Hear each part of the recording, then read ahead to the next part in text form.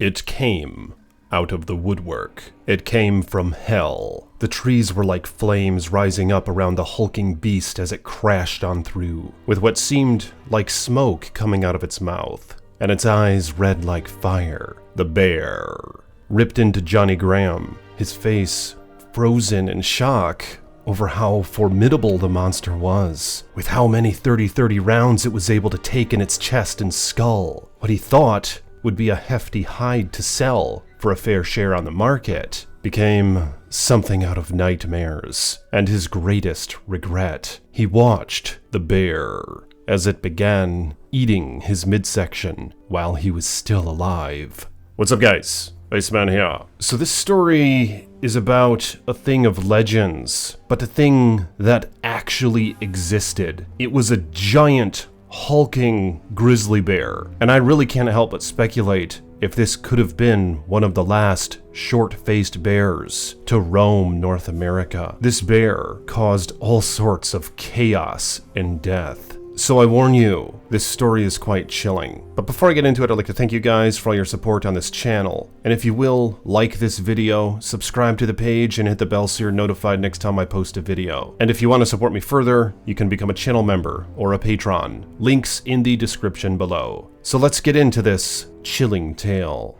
For more than a decade, this giant grizzly had been seen on occasion all along the Colorado River and throughout Grand Mesa, and it was long suspected of killing many cattle over the years. The grizzly was estimated to weigh in around 1,600 pounds and was revered among Native American Indians and Western colonizers alike. The Ute Indians would tell legends of this beast, stealing children from their settlements while they were asleep, and taking many arrows before vanishing into the darkness. It was said that the bear took on 2 grown men at once, both armed with spears. The scene it left behind after the battle was something out of a horror film. The 2 men torn to pieces. The bear gained the nickname Old Clubfoot from a trapping incident in 1912, when he was caught in a trap and lost 3 toes from his right foot. Johnny Graham was a 63-year-old prospector and entrepreneur on the side.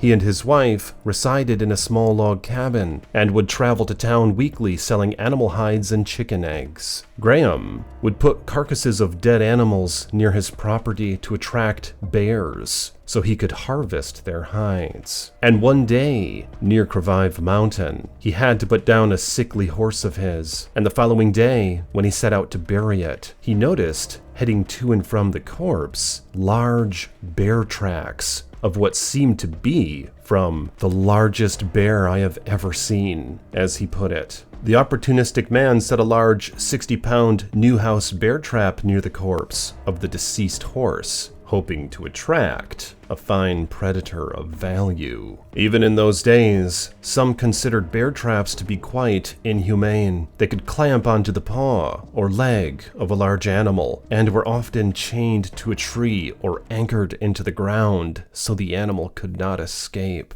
It wasn't unusual for trapped animals to die from starvation, the scorching heat of the sun, or to be eaten alive by other predators while being stuck in the trap before being found by the hunter. Some animals would escape, leaving parts of their leg or paw with the trap, likely dying later from blood loss or other tragedies. John Newhouse himself, the original manufacturer of the traps, lived near an Oneida Native community, where he grew a reputation for himself making traps that both the Oneida Nation and pioneers like himself would trade and barter for. The traps worked well and were made in various sizes and strengths, and were mostly used to keep bears away from cattle and other livestock, small communities, and just as a means of keeping their numbers down and collecting their hides. Various tribes of Native Americans had different ways of dealing with bears. While berry picking, some tribes would sing songs to pass the time, and that would alert wild animals like bears to their presence.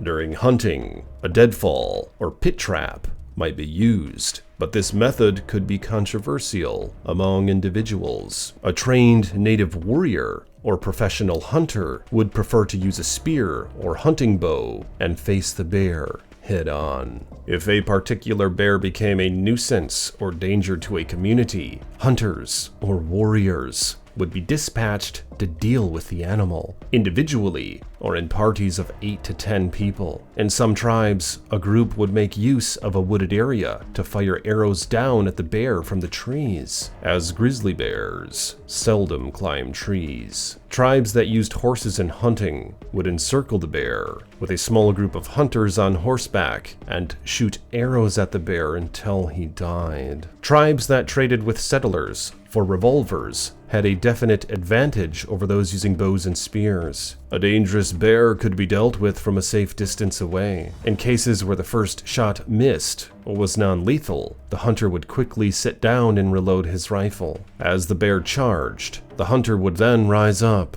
aim, and fire, hoping that the second shot hit the spine. Some would practice getting the attention of the bear and inserting the end of a pole with a spiked cross into the grizzly bear's mouth, using the pole to keep the bear at a safe distance, then using a revolver to finish it off.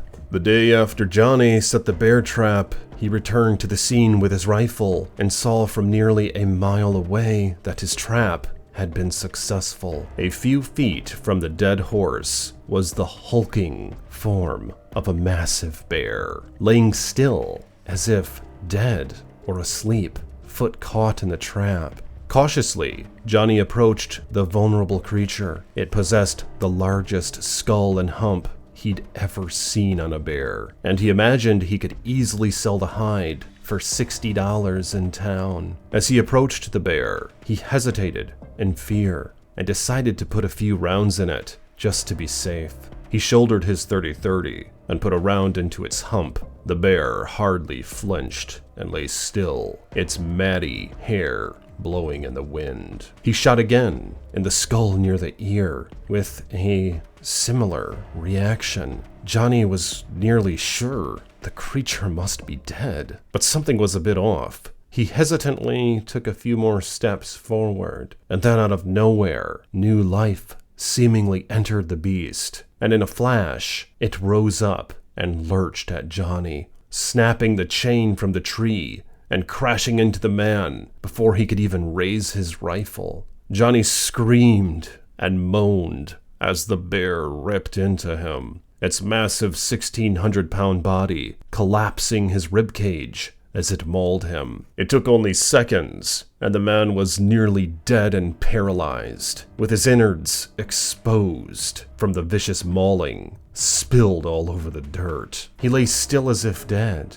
and the bear stepped back, taking large, heavy breaths. Johnny watched it while laying still, with blood oozing over his eyes. The monster slowly walking away, swaying side to side, with the trap still attached to its paw, dragging the severed chain along with it. And somehow, miraculously, it was gone. Before nightfall, a passerby stumbled upon the mangled man, and after hearing the short, gaspy story, ended up promising to seek help and left him there for dead. When the man returned, with a small search party several hours later, Johnny's body was ripped in half. What they found at the scene was only the man's lower half. More of the horse carcass was eaten, and Johnny's upper body was nowhere to be seen. Immediately, the small party banded together to hunt down the bear and bring it to justice. It was seen from a distance a few times, but the bear was successfully avoiding the men, running away into the brush and up and down the mountainous range. The bear ended up escaping his pursuers in Yellowstone territory, forcing the men to abandon their raid, lest they face the hefty fines for hunting on government-protected land. And this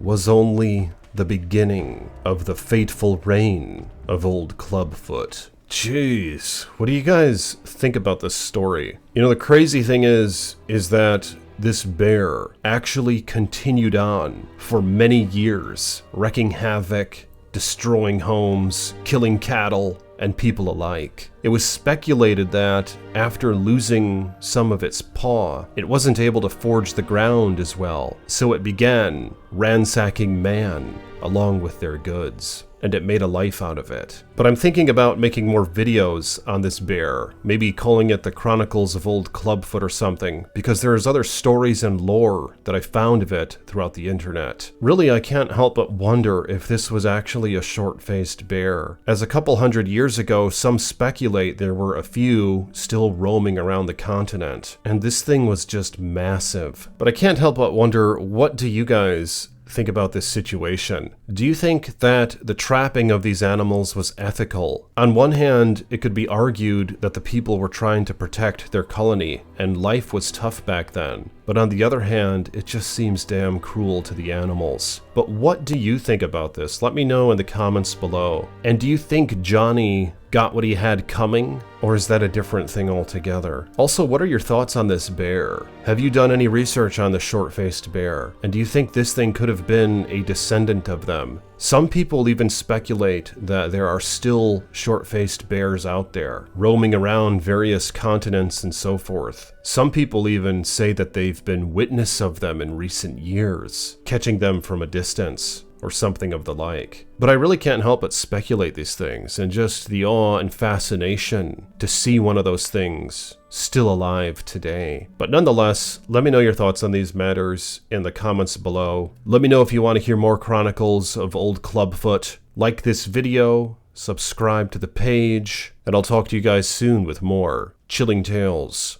from the Iceman.